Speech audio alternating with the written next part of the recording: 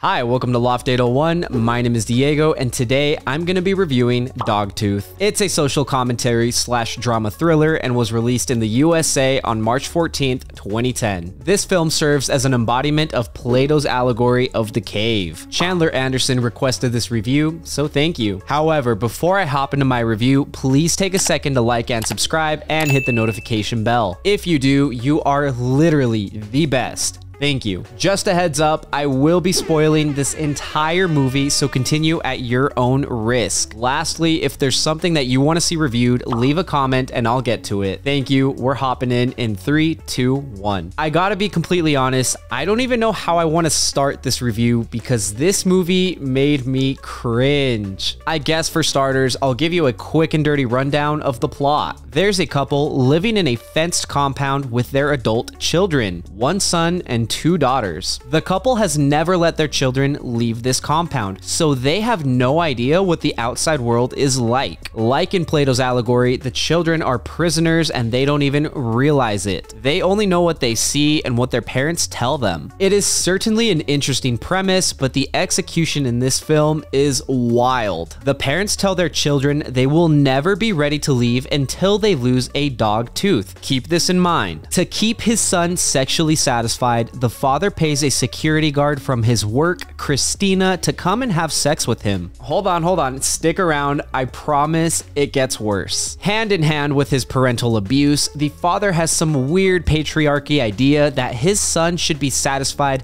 no matter what, and that doesn't really sit well with me. He is treated much better than his sisters, and it's silly. While Christina is there, she takes advantage of the eldest daughter by trading a headband with her for, oral sex. Having learned something new, the eldest daughter then teaches her younger sister. Yeah, this film is very heavy on the incest, and it gets worse. Throughout their life, the children were told they have a brother who lives right outside of the fenced compound. One day, a stray cat gets into the compound and the brother kills it. The father takes advantage of this by smearing himself in fake blood, shredding his clothes, and telling the children the cat is the most dangerous creature alive and that it killed their brother. He then tells them to get on all fours and bark to fend off cats. The children, being the idiots they are, believe him. I understand how this film is an example of the allegory, but my god, it is silly. It takes things to such an extreme that it comes off as ludicrous and unbelievable. Also, before I get much further, if you don't know what the allegory is, that's okay.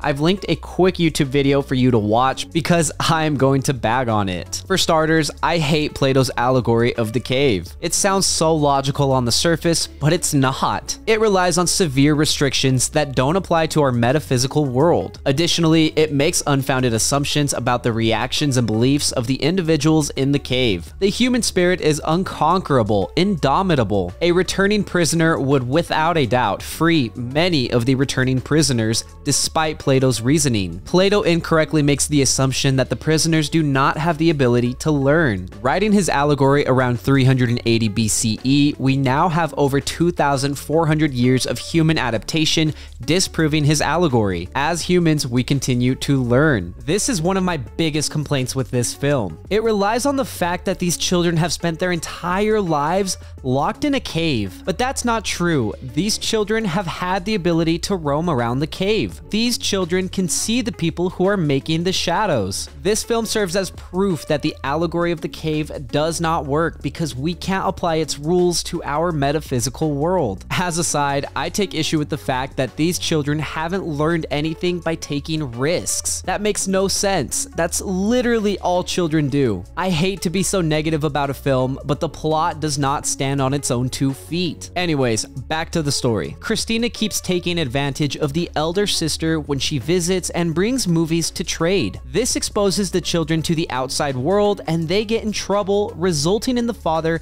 killing Christina. To keep his son satisfied, he tells his son to choose a sister to have sex with from now on. Yeah, father of the year. Wanting to be free, the older sister knocks out a canine and hides in the trunk of the father's car. The father searches for her with no success and eventually goes to work the next day. And that's it. that's how it ends. Literally, the film ends right there. As I discussed, the main theme in this film, the allegory, is interesting but holds no weight. Also, the themes of incest were disturbing and hard to watch. I'm disappointed because I genuinely didn't feel like I took away anything of value from this movie. However, on a more positive note, I will give some praise to the actors because they did a good job. At least the eldest daughter and the son did. It's obvious that Angeliki Papulia put a lot of effort into her dance at the end, and I can applaud her for that. I can also give Christos Passalis credit for playing the most awkward and cringiest man I've ever seen on screen. The rest of the cast was okay at best, and I wasn't very impressed. I hated the direction this movie took, and I hated the pace even more. It had the longest and most boring shots of literally nothing. You could have at least made your B-roll pretty. Like, come on, do something to keep me entertained. The film ran for an hour and 37 minutes, but holy shit,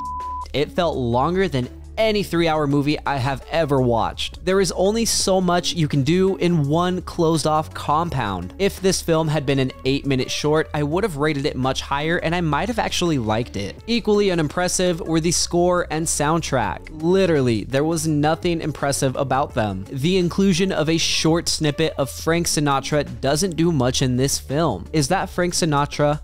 Huh, that is Frank Sinatra. That's kind of cool. Oh, I guess he's gone. Now, I do think the dialogue was okay. What interested me the most was seeing how the parents purposely mistaught their children so they wouldn't know what certain words actually are. It has a semi-funny payoff with a dandelion, but gosh, it's cheesy. Overall, I was very much unimpressed with this film, and I failed to understand how it was so critically acclaimed. The plot had potential, but it doesn't stand under scrutiny. The main theme with Plato's allegory is interesting, but completely misses the mark. The direction and pace were terrible, and I felt like I was watching a 4-hour movie. The score and soundtrack were equally terrible, with literally nothing standing out. Thankfully, at the very least, the dialogue was decent and helped flesh out the plot. The one saving grace in this film is the acting. It wasn't great, but it was good enough for me to give this movie a 3.2 out of 10. I'd like to offer an apology for such a low review. I hate hating on a movie because it's not in my nature. I'm not a film critic. I'm not here to be critical. I'm here to enjoy what I watch and point out the positives, which is why I have so many positive reviews. Therefore, I'm sorry I couldn't do that for this one. Now, I'm sure there are some people out there that would love this movie, but it wasn't for me and I cannot recommend it. Thank you for listening to my review of Dogtooth. If you enjoyed the content and want to support the channel, don't forget to leave a like and hit subscribe. Chandler, I am also sorry that I didn't enjoy this movie, but I appreciate the suggestion. If you didn't enjoy the content, thank you for sticking around. If you agree or disagree with me, let me know in the comments. I'd love to read what you have to say. Also, if you want to see something reviewed, don't forget to let me know and I'll get to it. Lastly, if you want to see some more from me, you can check out my vlogs linked up above or my podcast, Friends with Benefits. My name is Diego and I'll see you next time.